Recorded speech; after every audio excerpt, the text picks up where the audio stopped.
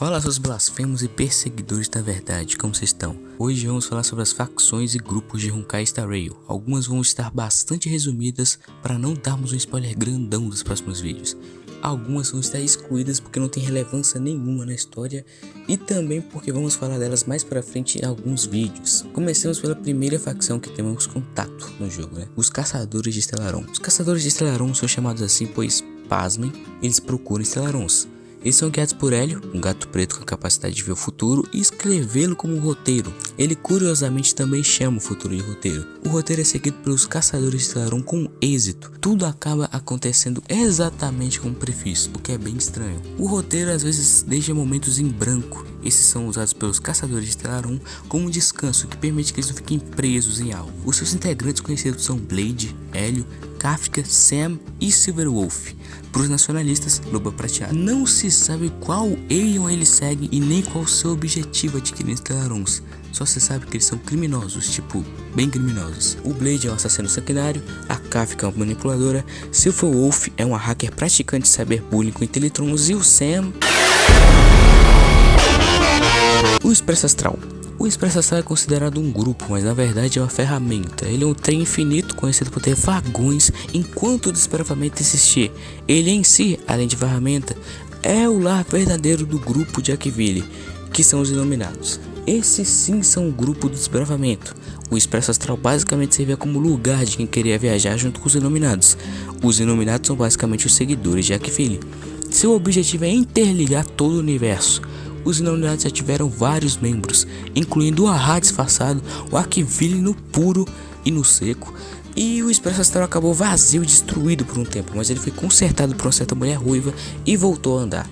Emocionante, não? A Aliança Xianzhou é basicamente a maior facção seguidora do Caminho da Caça. Ela é um braço enorme do Lan e é a facção que mais tem relação com ele. Ela é dividida entre naves do tamanho de planetas que recebem os nomes e fazem parte da aliança. As naves têm seus próprios costumes e um coordenador importante chamado de Árbitro General. Cada Árbitro General é um emanador ou semi-emanador da caça. As naves do Xianzhou são Luofu do Xianzhou, Yao King do Xianzhou e Zuming do Xianzhou. Se eu não me engano, tem sim outras naves, porém o nome não é de conhecimento geral ou então não tem relevância nenhuma.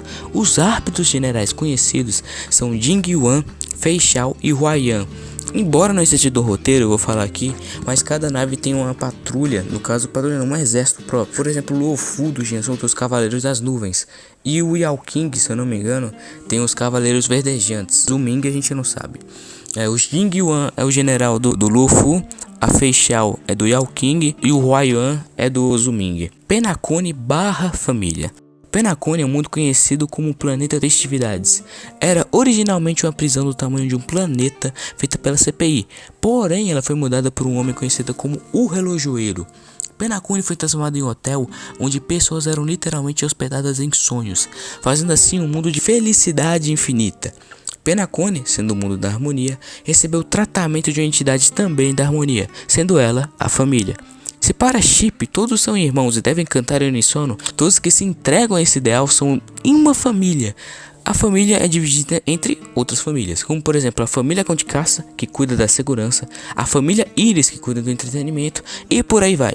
Sociedade dos Gênios. A Sociedade de Gênios é composta pelas pessoas que recebem a atenção do Nous, mas por algum motivo, nem todos os gênios são emanadores, vai entender o cabeça de Android. Os gênios escolhidos muitas vezes ficavam felizes ou então só continuavam seus estudos sem saberem que Nous já tinham respondido suas perguntas há muito tempo. E seus vazios ficaram presos em uma curiosidade insignificante perto do que o Aeon sentia, o que fizeram eles ficarem esquecidos no tempo.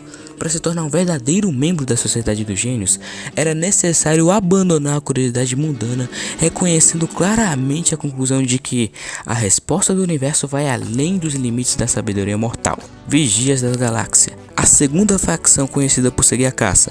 Eles são bem mais soltos e desorganizados do que a Aliança Xianzhou. Entre eles estão os mais diversos tipos de pessoa: procurados, justiceiros, entidades meméticas, doentes mentais, entre outros. Um dos maiores inimigos dos vigias por acaso, é a Floresta Puscatave, a organização criada pelo Dr. Prometeu. A gente vai chegar lá daqui a pouco.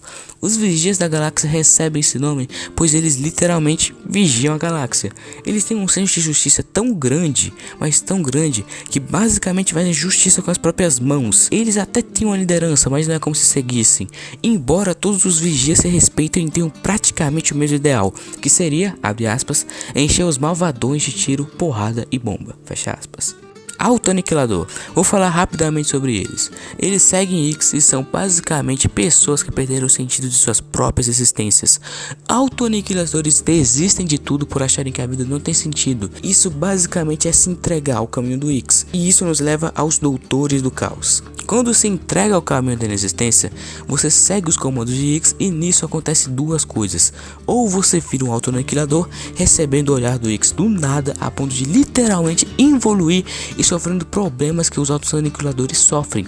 Ou seja, eles podem ter a pele transformada em matéria podre, o sistema endócrino afetado, fazendo com que eles se esqueçam, então não sintam emoções, e vários outros problemas específicos que cada um tem. E a outra coisa que pode acontecer é a pessoa em si, por curiosidade espontânea, virar um Doutor do Caos. Eles têm a vontade de revidar contra o Ix e provar a ele que a vida não é menos que nada e tem algum valor. Embora isso seja um paradoxo, eles parecem se satisfazer por pelo menos tentar. Os cidadãos da abundância. Os cidadãos da abundância são basicamente aqueles que veem apenas o lado bom de Eosh. Eles espalharam pelo universo a sua bondade como apenas uma amada divindade. Eles entraram em guerra com a Aliança Xianzhou porque eles creem que são pagões e hereges por dizerem que Eosh e seus abençoados são monstros implacáveis que merecem ser caçados. Legião Antimatéria. Lembra que eu falei dos Senhores Devastadores no vídeo dos Aeons e eu falei dos Emanadores e disse: o Nanook tem 7 Emanadores conhecidos como 7 Senhores Devastadores? Então, aqui está uma criação de um deles, o Archforger, Fulgo Forja da Guerra. A Legião Antimatéria é o exército que o Archforger criou para basicamente servir como exército da destruição. Eles são conhecidos por atacar qualquer coisa que exista e que seja ordenada a eles atacar. Existem muitos deles. E eles têm legiões que são comandadas por cada Senhor Devastador, ou seja, são 7. E aproveitando que eu citei eles, os Senhores Devastadores, eles são os Emanadores da Destruição e eles têm algo a fazer. Cada Senhor Devastador existe para destruir um caminho, às vezes 2. Eles comandam a Legião Antimatéria e existem para trazer o fim de tudo. Eles são Azat Pramad, o Destruidor da Alvoria, Zéfiro, o Destruidor da Inexistência, Selenova, Destruidora da Harmonia, Luxbane, o Destruidor de um dos caminhos, Voracidade ou Permanência, não se sabe qual ele tem que destruir, Archforger, ou Forja da Guerra, e ele não destrói diretamente, mas ele é o Destruidor da Preservação. Sabe-se disso porque a Legião Antimatéria ela é criada a partir de fogo, calor e forja. Esse é basicamente o poder do Qliphoth, já que ele é o Forja, né? Ele cria as coisas a partir de uma forja. E temos também a Fantilha, ela é destruidora da caça, porém pelos poderes dela e pela preferência dela, né, pelos ideais, ela é destruidora na verdade da abundância. Então é por isso que eu falo que talvez ela destrua 2 caminhos, que seria a caça e a abundância. Bem engraçado isso. E tem um tuba de ferro que quer trazer o fim da erudição. O narrador esqueceu de falar isso no vídeo. Cada devastador, curiosamente, usa justamente os poderes dos caminhos que eles vão destruir. Curiosamente também, a Selenova, às vezes ela aparece quando a nação, né, quando um planeta depende da harmonia e chama por chip, né, para ajudar, abençoar. Às vezes quem atende o chamado é a Selenova e ela de fato ajuda. Só quando eles estão em guerra, quando uma nação da harmonia está em guerra com outra nação e eles clamam por chip para ajudar, né? A Selenova aparece e destrói a outra nação assim, no foda-se, no toma. Gangue da Aniquilação. Eu vou passar bem por cima desses otários. Não tem por que falar muito deles. Não porque eles não têm relevância na história ou porque eles têm muita, eu não quero dizer spoilers, né? É porque eles são exatamente o que eu acabei de falar. Otários. Eles seguem a destruição como religião e acham que trazem agrado ao Nanook como seus seguidores. Mas o Nanook literalmente despreza a Gangue da Aniquilação. Por quê? Porque os motivos deles para destruir são impuros demais. Muitos destroem simplesmente por serem loucos, outros por ganância, alguns saqueiam e outros são puramente por desejo. Não desejos de destruir, mas desejos simplesmente impuros. Eles se dizem leais, mas servem apenas por desejo. E isso faz a Anuki os desprezar. Guilda de intelectuais. Outros que eu vou passar por cima, basicamente por terem pouca relevância, mas eles são até legais, eles são parceiros na CPI e pode-se dizer que, se a sociedade de gênios são universitários ou formados, a guilda é um ensino fundamental ou então ensino médio. Eles acreditam que conhecimento deve circular como moeda de troca, e por isso, embora compostos de muita escola, eles não isolam as escolas, elas se comunicam igualmente sobre suas descobertas. A Floresta Puscatave foi o que eu falei antes, é basicamente a facção dos macacos. Sim, é literalmente isso. Os rankings deles são baseados em macacos e banana. O criador deles é o Dr. Primitivo. Além disso, eles cometeram bastante atrocidades por aí, diga-se de passagem.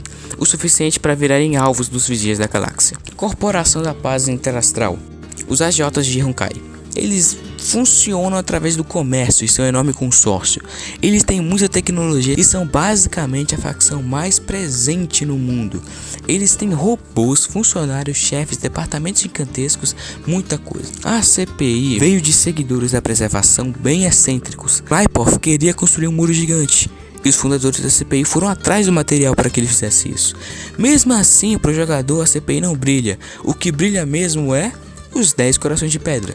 Eles são um grupo específico da CPI. Eles são chefes de departamentos importantes e líderes de várias coisas. Cada um recebe uma joia preciosa como denominação. E pode-se dizer que essas joias são seus corações e cada coração de pedra tem um.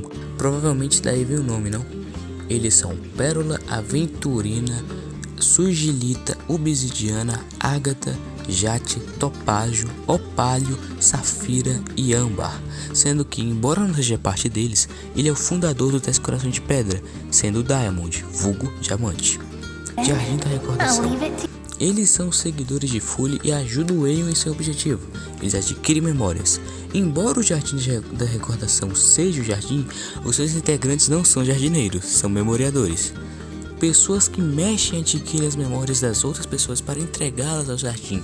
Além disso, nós temos os memoriadores entidades meméticas, que são basicamente entidades que vivem na memória. Os tolos mascarados. Antes de falar deles, eu tenho que falar das maiores filhas das putagens de Star Rail. Além dos tolos mascarados, existem os atores enlutados. Eles são haters, odiadores da euforia. Eles acham que a dor amadurece as pessoas, e portanto a risada, seria o ahá, né? É uma tentação.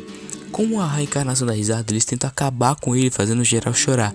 Só que o Ahá é tão filho de vagabunda que ele acha isso engraçado e, portanto, abençoa os atores enlutados. Em Star Rail, muitos seguidores de caminhos querem porque querem acabar com os caminhos que conseguem. E mesmo assim, recebem a bênção desses caminhos, o que é estranho. Mas os atores enlutados têm explicação do porquê recebem bênção do Aeon que querem destruir. É porque o Aeon em si é um arrombado. Enfim, falando agora de verdade dos tolos mascarados, a existência deles é basicamente rir. Eles estão aqui pra rir e fazer os outros rirem, mesmo às custas desses próprios outros. Eles querem porque querem rir. Aliás, lembra que o Ahá acendeu rindo de gente caindo? Bem, para contextualizar melhor, a montanha que ele escalou, na verdade, foi o galho mais alto da árvore da existência. E a pessoa que ele viu caindo e chorando de injustiça foi um bebê.